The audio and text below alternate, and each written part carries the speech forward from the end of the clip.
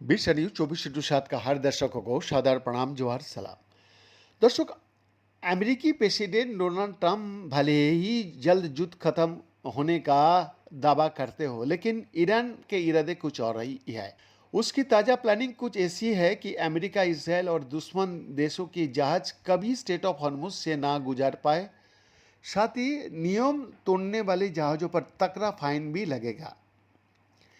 दरअसल ईरान की एक संसदीय समिति एक शुरुआती बिल की समीक्षा कर रही है। इसके तहत अमेरिका, इसराइल और अन्य दुश्मन देशों की जहाज को स्टेट ऑफ हर्मुज से गुजरने से मौका नहीं मिलेगा। इसकी जानकारी खुद एक ईरानी सांसद ने ईरान की समाचार एजेंसी फार्स को दिया है।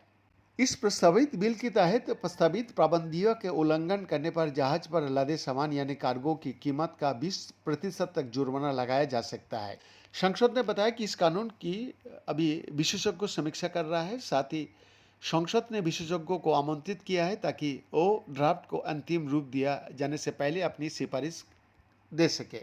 बता दिया जाए कि ईरान युद्ध को 160 दिन हो चुकी है, लेकिन अब तक इसका कोई स्थायी समाधान नहीं निकल पाया है। कुल मिलाकर ट्रंप शुरू से जिस जंग को कुछ हफ्ते में ख़त्म करने की बात करते थे, उसमें अब करीब 6 महीने से वो फंस गए। इतना ही नहीं, अमेरिका से ऐसे भी खबरें आई है कि उसके पास हथियारों की कमी होती जा रही है। बीते कुछ वक्त से उसने ईरान पर कई बड़ा हमला भी नहीं किया है, जिससे इस खबर को और हवा मिल गया।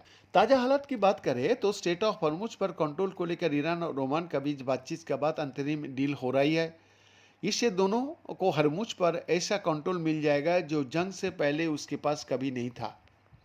वही ट्रम्प इस बात पर अड़े है कि हॉर्मुज सबके लिए खुला रहे, मतलब वहाँ से गुजरने वाले जहाज़ों पर पहले की तरह कोई रोक टोक ना हो और ना ही उनसे किसी तरह का टोल या फीस लिया जाए, जिसकी तैयारी ईरान ओमान कर रहा है। दर्शक, जंग पर बात करते हुए ट्रम्प ने गुरुवार को भी कहा कि ईरान के साथ चल रहा टकराव जल्दी खत्म हो सकता है। साथ ही उन्होंने ये भी माना कि महीने की लड़ाई के बाद अमेरिकी सेना को कुछ हथियारों और गोला बारूद की सप्लाई में दिक्कतें का सामना भी करना पड़ रहा है। ओवल ऑफिस में पत्रकारों से बात करते हुए ट्रम्प ने युद्ध का भविष्य को लेकर उम्मीद जताई और कहा कि उन्हें नहीं लगता कि ये टकराव और ज़्यादा समय तक खींचेगा। उनकी ये टिप्पणी उस घोषणा के कुछ दिनों बाद आई है जिसमें उन्होंने कहा था कि ईरान। दर्शक, एक लाइन दोबारा दोहरा रहा हूँ।